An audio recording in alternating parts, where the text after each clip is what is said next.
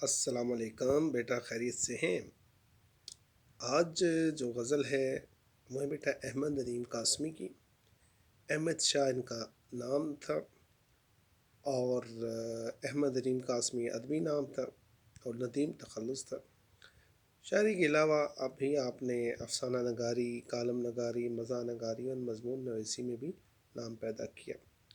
غزلوں و نظموں کے علاوہ قطعات بھی لکھے ہیں۔ تو بیٹا پہلا شعر ان کا دیکھ لیجئے، سمجھ لیجئے، مفہوم جب سمجھیں گے تو تشریح لکھنا آسان ہوتا ہے کہ کچھ غلط بھی تو نہیں تھا میرا تنہا ہونا، آتش و آب کا ممکن نہیں یکجا ہونا۔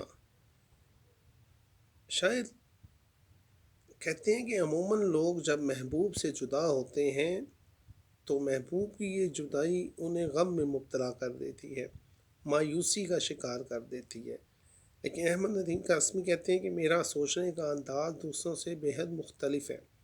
وہ انداز کیا ہے کہ اگر میرا محبوب مجھے نہیں ملا، میں تنہا رہ گیا، میں اس کو شریک حیات نہ کر سکا، میں اس کے ساتھ مل کر زندگی گزار نہ سکا، تو یہ کوئی افسوس کرنے کی بات نہیں ہے، یہ کوئی مایوسی کی یا نا امید ہونے کی بات نہیں ہے۔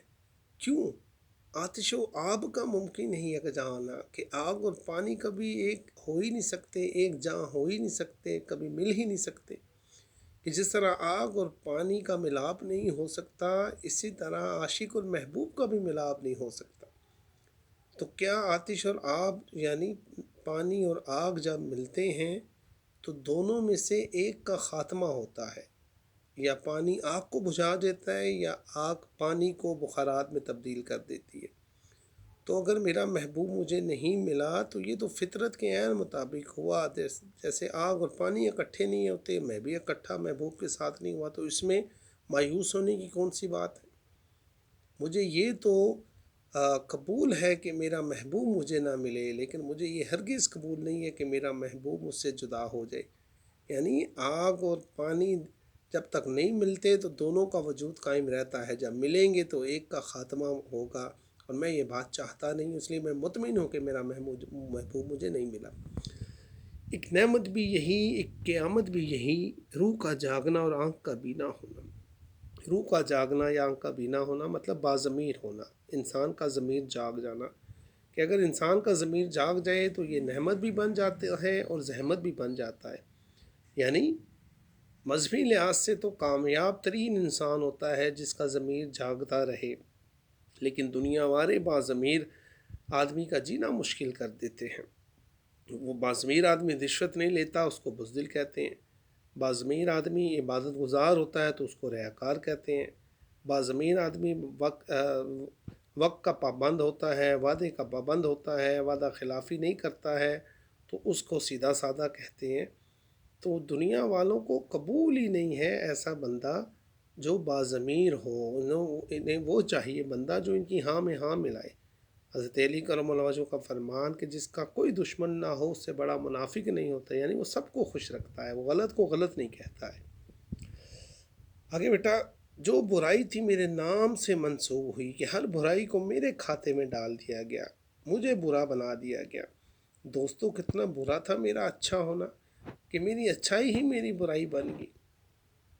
یعنی کیا کہ شریف النفس انسان کو یہ دنیا والے اس کو جینے نہیں دیتے ہیں، تمام جرائم کا ملبہ اس کے کندھے پہ ڈال دیتے ہیں۔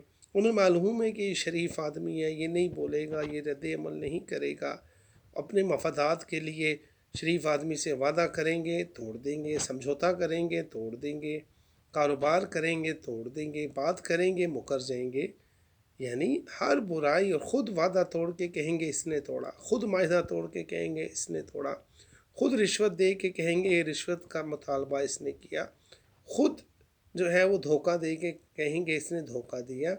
تو اچھے بندے کو بجائے اس کی اچھائی کے تعریف کی جائے، دنیا والے اس کو تعریف کے بجائے تہمت اس پہ لگانا شروع کر دیتے ہیں۔ کہرے دریا دریا کی گہرائی، کہرے دریا میں بھی یہاں نکلے گی سورج کی کرن، مجھ کو آتا نہیں محروم تمنا ہونا۔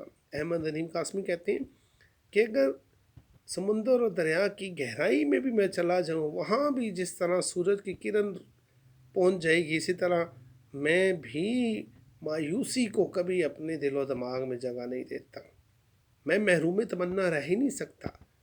یعنی خواہش کرنا کون انسان چھوڑتا ہے؟ جو زندگی سے تنگ آ جاتا ہے، جو اکتا جاتا ہے، وہ کہتا ہے میری کوئی خواہش نہیں ہے، بس مجھے موت آ جائے، میں دنیا میں جینا نہیں چاہتا. احمد ندیم قاسمی کہتے ہیں کہ میں سخت سے سخت حالات کا بھی سامنا مردانگی سے کرتا ہوں. میں سخت سے سخت مشکل میں بھی امید کا دامن نہیں چھوڑتا ہوں. انگلش میں کہتے ہیں when the hope goes everything goes، کہ جب امید ہی چلی جائے تو پھر رہ کیا جاتا ہے. تو جس طرح دریا کتنا ہی گہرا کیوں نہ ہو، سورج کی کرن چلی جائے گی، اسی طرح حالات کتنے سخت کیوں نہ ہو، امید کی کرن کو میں اپنے اندر ہی پاتا ہوں. میرا دل جاگتا ہے، خواہش کرتا ہے. مشکلیں تو انسان کو نکھارنے کے لیے ہوتی ہیں، اور مشکلات تو اللہ اپنوں کو دیتا ہے. کبھی ابراہیم علیہ السلام سے کہتا ہے کہ جو ہے وہ کود کے دکھاؤ. اسماعیل علیہ السلام کا گلا کٹوانا پڑتا ہے، امام حسین کو قربان ہونا پڑتا ہے. تو مشکلات تو انسان کے کردار نکھارنے کے لیے ہوتی ہیں. آگے بیٹا، شاعری روز ازل سے ہوئی تخلیق ندیم، شعر سے کم نہیں انسان کا پیدا ہونا. روز ازل احمد ندیم قاسمی کہتے ہیں کہ جس طرح جب سے یہ دنیا بنی ہے تب ہی سے یہ شعر و شاعری بھی ہے، کیونکہ شعر سے کم نہیں انسان کا پیدا ہونا. جس طرح ہر انسان دوسرے سے مختلف ہوتا ہے، اسی طرح ہر شعر دوسرے سے مختلف ہوتا ہے. جس طرح ہر انسان کے جذبات احساس اپنا ہوتا ہے، اسی طرح ہر شعر کے اندر اس کا جذبہ، اس کا مفہوم مختلف ہوتا ہے. جس طرح انسان اپنی زبان سے اپنے جذبات کا اظہار کرتا ہے، اسی طرح انسان اپنی زبان سے شعروں کی صورت میں بھی اظہار کرتا ہے. جس طرح رنگا رنگ کے انسان ہے، اسی طرح رنگا رنگ کی شاعری ہے. تو دراصل لگتا یوں ہی ہے کہ جیسے انسان اور شاعری ایک ہی دن پیدا ہوئے. ٹھیک ہے بیٹا، اس کو دیکھ لیجئے گا، سمجھ میں نہ آئے تو پوچھ لیجئے گا. اللہ آپ کو کامیاب کرے. اللہ حافظ.